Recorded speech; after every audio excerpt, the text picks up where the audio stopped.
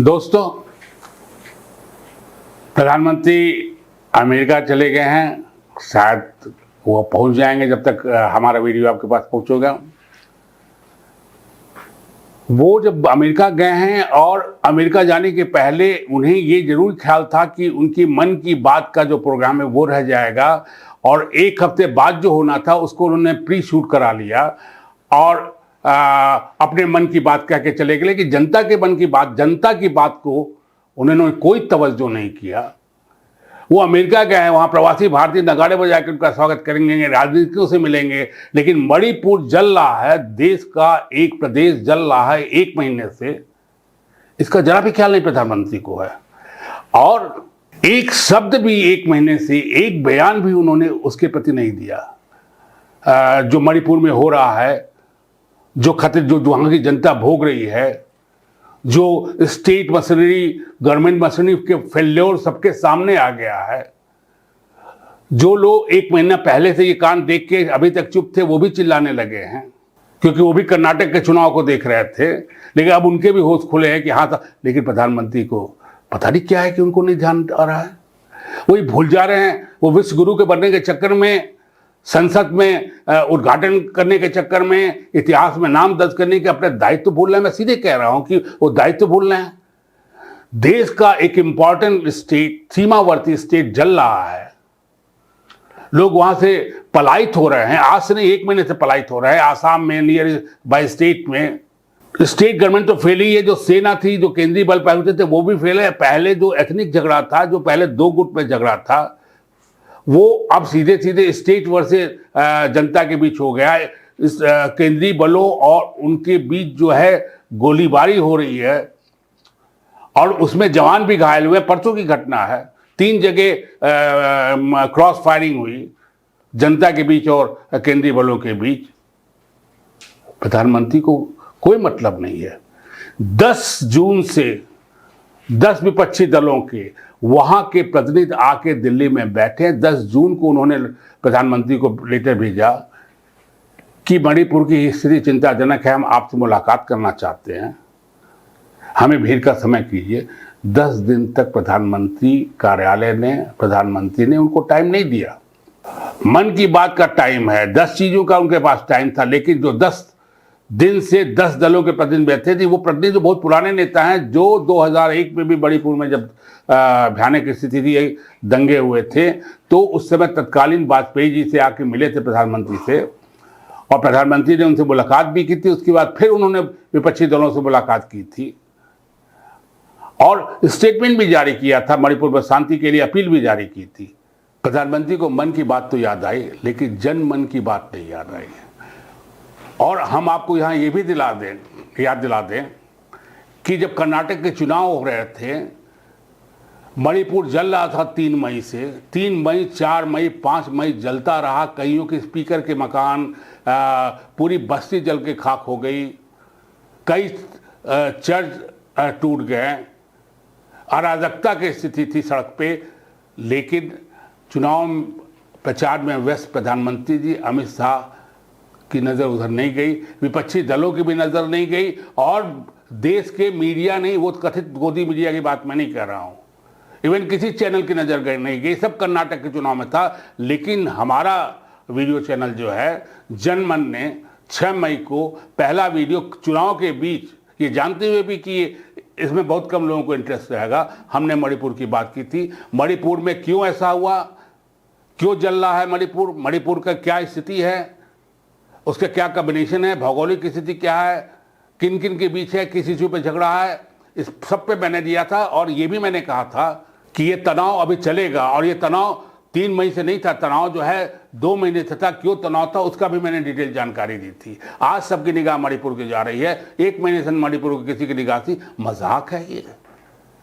आप अगर राष्ट्रवादी हैं, हिंदुत्व के भी पोषक हैं, तो आपको अंदाजा होगा मणिपुर में जो चीजें हो रही हैं उसका देश पे किस तरह का खतरा है, कितना संवेदनशील स्टेट है वो, बॉर्डर स्टेट है वो, सीमावर्ती राज्य है वो, कई देशों से जुड़ा हुआ है। आपको ये भी मालूम है कि म्यांमार के जो है लगातार वहाँ पे जो शरणार्थी आके रुके हैं उनसे भी ये बवाल जो हो रहा है उसमें उनका भी अंश है। आप जान रहे हैं कि नॉर्थ ईस्ट के सीमावर्ती स्टेट जो हैं उनमें किन किन देशों का इस इंटरेस्ट है। लेकिन यहाँ राष्ट्रवादी, आप प्रधानमंत्री से आप नहीं पूछ सकते कि सर अगर आप राष्ट्रवादी हैं तो ये क्या है, मणिपुर क्या राष्ट्र में नहीं है? और वहाँ जो मर रहे हैं उनमें हिंदू भी बहुत मर रहे हैं। वहाँ दो तरह के आप धार्मिक आधार पर के दो कैटेगरी है, हिंदू और क्रिश्चियन की। जो वहाँ मैती हैं, जो मैदानी भाग में जिनकी पॉपुलेशन सबसे ज़्यादा है, 63% है, वो हिंदू हैं। और दूसरे जो हैं, जो आदिवासी हैं, नागा, कुकी और मीज़ो, इस तरह के कुछ और छोटे मोटे जनजातियाँ हैं, वो क्रिश्चियन, उसमें मैक्सिमम क्रिश्चियन हैं। इसलिए ये जो हो रहा है ये केवल एथनिक दंगा नहीं है, ये सांप्रदायिक दंगे में है। इसको जो छिपाया जा रहा है, 300 से ज़्यादा चर्च टूट चुके हैं वहाँ। और इस दंगे के पहले भी वहाँ पे हिली एरिया में जो चर्च थे, अधिग्रहण के नाम पे, योजना के नाम पे, ये प्रदेश सरकार उनको तोड़ रही थी, छीन रही थी जमीनें, जिससे कि जो जनजातियाँ थी, जो ट्राइबल्स थे, नागा, कुकी, इनमें रिसेसमेंट स्टार्ट हो गया था। और ना वहाँ अभी तक जो संघर्ष होता रहा, नागा कुकी के बीच होता रहा, लेकिन इस मसले पे ये संघर्ष का दूसरा डाइवर्जन हो गया है। ये हिंदू वर्सेस क्रिश्चियन का हो गया है, मैदानी भाग Meitei versus rest of the जनजातियों का हो गया है। यहाँ एक चीज़ और पॉइंट करने की बात मैं आपको इसलिए बता रहा हूँ कि आप डिटेल में समझें। ये डबल इंजन की सरकार जो है ना, जिसको कर्नाटक, हिमाचल हर चुनाव में बनाया जाता है, मणिपुर में डबल इंजन की सरकार है। और पहली बार बीजेपी के नेतृत्व में सरकार बनी है वहाँ पे। अब पहली बार इस तरह के सांप्रदायिक दंगे, एथनिक दंगे हो रहे हैं, जिसमें कि हाथ पे हाथ रख के बैठी है। और चूंकि डबल इंजन की सरकार है, बीजेपी की सरकार है, अभी तक 1 महीने से चल रहा है। स्टेट गवर्नमेंट तो एकदम पंगु हो चुकी है, इवन करके सेंट्रल गवर्नमेंट पंगु हो चुकी, अभी तक राजपथ शासन लागू नहीं हुआ। आप सोचिए, अगर ये गैर भाजपा शासित प्रदेश होता, प्रधानमंत्री 1 मिनट भी चुप रहते, 1 महीने तक चुप्पी साधे रहते, 1 महीने तक राजपथ शासन नहीं होता। ऐसा नहीं है। लेकिन प्रधानमंत्री यहाँ 10 दलों के प्रतिनिधि से नहीं मिले। उन्होंने मन की बात में भी मणिपुर की बात नहीं की, इमरजेंसी की बात की, 50 साल पुरानी इमरजेंसी की ज्यादतियों की बात की। उन्हें मणिपुर में जो जनता पे ज्यादती हो रही है, जो तत्काल उनके जमाने में हो रही है, उनकी याद उनको नहीं आई। और उन्होंने उसी मन की बात में खेल कूद में जो अभी हमारे विजेता हैं उनको बधाई दी। लेकिन 1 महीने तक जंतर मंतर बैठे पे जो ओलंपिक पदक तक पा चुके थे, अंतर्राष्ट्रीय खेलों में ओलंपिक में स्वर्ण पदक पा चुके थे, उनकी तरफ प्रधानमंत्री का ध्यान नहीं दिया, एक शब्द उस पर नहीं बोले। कभी कभी आश्चर्य होता है कि माननीय नरेंद्र मोदी जी इस देश के प्रधानमंत्री है, अंतर्राष्ट्रीय प्रधानमंत्री है। अगर उनको सही में विश्व से इतना इंटरेस्ट है तो यूएन के जनरल सेक्रेटरी के लिए करें, अमेरिका से सहायता ले। वो यहाँ के चुनाव में वो करते हैं और डबल इंजन सरकार की बात करते हैं। डबल इंजन सरकार का ताजा फेल्योर उदाहरण है मणिपुर, इसलिए भाग रहे हैं इन लोग। कर्नाटक के इलेक्शन का जब अंतिम दौर चल रहा था, तब जाके 3 दिन 4 दिन की हिंसा के बाद गृह मंत्री अमित शाह वहाँ गए थे और वहाँ के तनाव को दूर करने की कोशिश नहीं की। हाँ, अलग अलग के अपने जो स्टेट थे उनके चीफ मिनिस्टर से बात की, वहाँ से चीफ मिनिस्टर से बात की, लेकिन हुआ क्या? ये सरकार का फेल्योर नहीं है, सेंट्रल गवर्नमेंट का फेल्योर नहीं है, एकदम है। ये मान लिया आप विपक्षी दलों को मान लें, आप आप लोगों में से कई राष्ट्रवादी बहुत हैं, बाकियों को टुकड़े टुकड़े गैंग मानते हैं। और अगर आप आवाज़ उठाते हैं सेंट्रल सरकार के, केंद्र सरकार के खिलाफ, प्रधानमंत्री के खिलाफ, तो आप इसे योजनाबद्ध तरीके से या तरह तरह की बात, राष्ट्र विद्रोही तक की बात कर देते हैं। सेना के लोग भी क्या आप राष्ट्र विद्रोही मानेंगे? सेना के बड़े बड़े अधिकारियों को क्या आपकी हिम्मत है कि राष्ट्र विद्रोही करने की? आइए देखिए सेना के लोगों ने क्या क्या बयान दिया है। रिटायर्ड लेफ्टिनेंट जनरल, मतलब चीफ से, आर्मी चीफ से जस्ट नेक्स्ट पोस्ट होती है, मणिपुर के हैं निशिकांत सिंह। उन्होंने ट्वीट किया, आप ट्वीट जरा देखिए उन्होंने क्या किया। मैं एक साधारण भारतीय नागरिक हूं, मणिपुर में रिटायर्ड लाइफ बिता रहा हूँ। ये राज्य इस समय सरकार विहीन स्टेटलेस हो गया है। लीबिया, लेबनान, नाइजीरिया, सीरिया जैसे देशों की तरह यहाँ पे स्थिति है। किसी के जीवन संपत्ति को कोई भी खत्म कर सकता है, जैसा कि इन देशों में हो रहा है। मणिपुर को उसके हाल पे छोड़ दिया गया है। लास्ट में उन्होंने पूछा है, कोई है जो ये सब मेरी बात सुन रहा है? इस पे कई लोगों का रिस्पांस आया, सेना के बड़े बड़े अधिकारियों का रिस्पांस आया। जो रिस्पांस इंस्टीट्यूट के जवाब में ट्वीट किया गया है, उसमें आर्मी चीफ रहे वीपी मलिक का भी ट्वीट है। वीपी मलिक जो कारगिल युद्ध के समय में सेना के चीफ थे, जिसका विजय दिवस बनाती है इस समय बीजेपी। उन्होंने अपने ट्वीट में लिखा, निशिकांत सिंह के ट्वीट के जवाब में, मणिपुर के एक रिटायर्ड लेफ्टिनेंट जनरल की ये असाधारण अपील है। मणिपुर में कानून व्यवस्था स्थापित हो, इस तरफ जो टॉप स्तर के लोग हैं उनको ध्यान देने की ज़रूरत है। और साथ में उन्होंने टैग किया है, जो शीर्षक स्तर पे, टॉप स्तर पे जो लोग हैं उनको टैग भी किया है। उनमें प्रधानमंत्री, गृह मंत्री और रक्षा मंत्री हैं। एक और रिटायर्ड ब्रिगेडियर संदीप थापर ने इसको पॉलिटिकल एंगल की रहते हुए भी इशारा किया निशिकांत सिंह के ट्विटर के जवाब में। उन्होंने लिखा है कि ये मणिपुर के एक जाने माने सिपाही की आवाज़ है। शायद मणिपुर में लोकसभा की केवल 2 और राज्यसभा की केवल 1 सीटें हैं, इसलिए किसी को ज़्यादा चिंता नहीं है। लोगों को ज़्यादा चिंता नहीं है। आप समझ लीजिए किन लोगों की तरफ इशारा कर रहे हैं। एयर वाइस मार्शल मनमोहन बहादुर ने लिखा है इस ट्वीट के जवाब में, निशिकांत सिंह के ट्वीट के जवाब में, हमारे सिर शर्म से झुक जाने चाहिए। क्या कोई सुन रहा है? उन्होंने भी रिपीट किया, क्या कोई सुन रहा है? कुछ ने इस बात पर असर जताया कि 3 मई से मणिपुर में हिंसा हो रही है और लीडरशिप को कोई चिंता नहीं है। आप सेना के बड़े अधिकारी, चीफ ऑफ द आर्मी जो रह चुके, उनका ये आपने बयान सुना।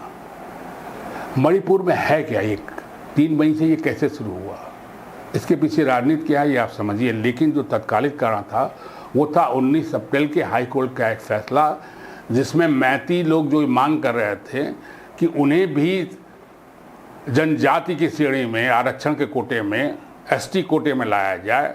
उस बारे में एक निर्देश या आदेश दिया स्टेट गवर्नमेंट को कि वो ये रिक्वेस्ट सेंट्रल गवर्नमेंट को भेजे, जबकि हाई कोर्ट को भी ये इस मामले में हस्तक्षेप करने का अधिकार नहीं था। ये बाद में सुप्रीम कोर्ट ने कहा भी, क्योंकि संवैधानिक मसला था, सेंटर से जुड़ा मसला था, मणिपुर स्टेट हाई कोर्ट से कोई मतलब नहीं था। लेकिन इसके बाद जो है, चूंकि ये बहुत दिन से चल रहा था, इसलिए जो ट्राइबल वाले थे वो खलबला गए और वो उठ खड़े हुए। धीरे धीरे संतोष बढ़ने लगा। स्टूडेंट ट्राइबल एसोसिएशन, जिसमें नागा, कुकी, हर जगह हर जनजाति के लड़के थे, उन्होंने जुलूस निकाला। उस जुलूस के खिलाफ फायरिंग हुई और उसके बाद पूरे इम्फाल और जो अगल बगल के इलाके हैं वो जल उठे। मैती, जब उसकी भौगोलिक स्थिति भी समझ लिए, मणिपुर एक फुटबॉल स्टेडियम की तरह है। बीच का जो मैदान है वो मैदानी इलाका, वो मैती रहते हैं वहाँ पे।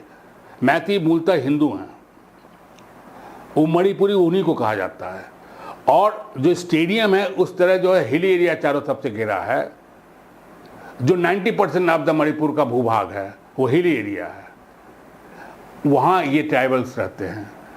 असेंबली में 60 में से 40 सीटें जो है ये मैती के इलाकों की है, जबकि उनके 6 जिले हैं।